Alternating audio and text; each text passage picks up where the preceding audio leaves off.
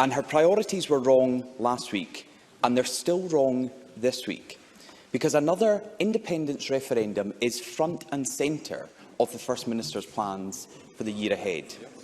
In a statement that is 27 pages long, it takes to just the 4th paragraph for Nicola Sturgeon to mention independence. It's right up there in front of all of the other priorities that we should have. Well, SNP members are heckling. This is a debate. I'm quite happy to take an intervention, and I will come to Mr Allen. I'm quite happy to take an intervention from any member who thinks it's correct that in the time of a pandemic that it's right for the First Minister to yet again prioritise independence over anything else. I'll give way to Alistair Allen. Alistair Allen. I thank the member for giving way. He mentions all this as if it was never made clear, either in the manifesto or in the result of the election, that the SNP is in favour of a referendum on independence. Douglas Ross. The election that Mr Allen references was one where the SNP failed to get a majority. And let's remember, Deputy Presiding Officer, Alistair Allen, Nicola Sturgeon, Humza Yousaf, all of the SNP MSPs, like all of the Conservative MSPs, all of the Labour MSPs, all of the Liberal Democrats and all of the Greens, said in the election that our priority for each and every one of the 129 of us would be Scotland's recovery from this pandemic.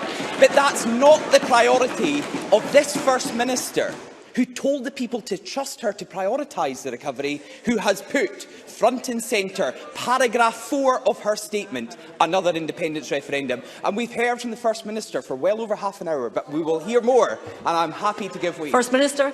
We agree on the importance of recovery from COVID. I wonder if Douglas Ross would take the opportunity to comment on any of the 26.5 pages of the statement that set out plans, bold, ambitious plans, to lead Scotland out of this pandemic. It's his speech, but perhaps we can hear some of that in due course. The big headline policy trailed ahead of this document was wraparound childcare. That's a policy that we on this side of the chamber announced would be in our manifesto for May's election, some time before the First Minister announced it would be in hers. Ensuring that parents can continue in their job, continue with secure employment. Sorry, First Minister. Yes, I'll give way again, because the First Minister was chuttering away to her Health Secretary. We were asked. Sorry, First Minister. When I'm standing, you have to sit. But we were told there was going to be a new style of politics. And it seems the First Minister likes to announce a new style of politics, but not deliver it herself. So I will give way. First Minister.